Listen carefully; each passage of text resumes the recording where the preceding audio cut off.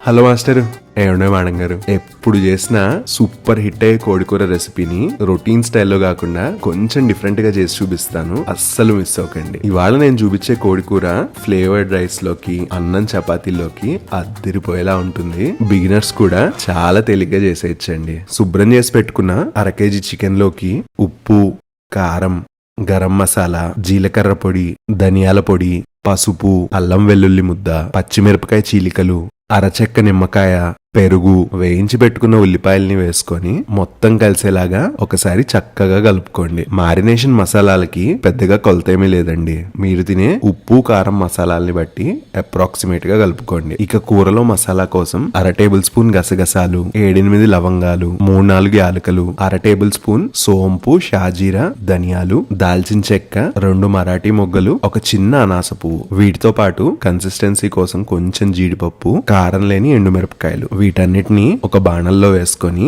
సన్నటి సెగ మీద పచ్చివాసన పోయేదాకా వేపుకోండి. వేడి చల్లారిపోయిన తర్వాత మాత్రమే ఇంకొన్ని వేపుకున్న ఉల్లిపాయల్ని వేసుకొని మెత్తటి పేస్ట్ లా గ్రైండ్ చేసుకోండి. కడాయిలో నెయ్యి వేసుకొని మసాలాలు కలిపి పెట్టుకున్న చికెన్ ని వేసుకోండి. తరిగి పెట్టుకున్న వెల్లుల్లిపాయలు ఉంటే గనక అవి కూడా యాడ్ చేసుకోండి. కూరకి భలే మంచి ఫ్లేవర్ ని ఇస్తుంది. మూత పెట్టుకొని సన్నటి సెగ మీద కూరని ఒక 50% ఉడకనివ్వండి. ఆ తర్వాత ఒక 1/2 గ్లాసు మంచినీళ్ళని, తయారు చేసి పెట్టుకున్న మసాలాని వేసుకొని కూర, మసాలా, మంచినీళ్లు అన్ని కలిసేలాగా కలుపుకోండి. కూరలోకి మసాలా వేసి ఉడికిస్తున్నప్పుడు ఇల్లంతా గుమగుమలాడిపోతుంది, గమనించండి. ఒక చిన్న ప్రోటిప్ చెప్తాను.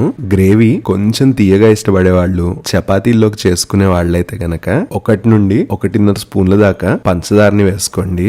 గ్రేవీ నెక్స్ట్ లెవెల్లో ఉంటుంది. కూర మంచిగా ఉడికి గ్రేవీ మీకు ఇష్టమైన కన్సిస్టెన్సీలోకి వచ్చేదాకా కూరని చక్కగా కలుపుతూ ఉండండి. చివరిగా ఉప్పు సరి చూసుకొని తరిగి పెట్టుకున్న కొత్తిమీరని వేసుకుంటే వీకెండ్ కి సూపర్ గా ఉండే కోడికూర సెట్ అయిపోయినట్టే.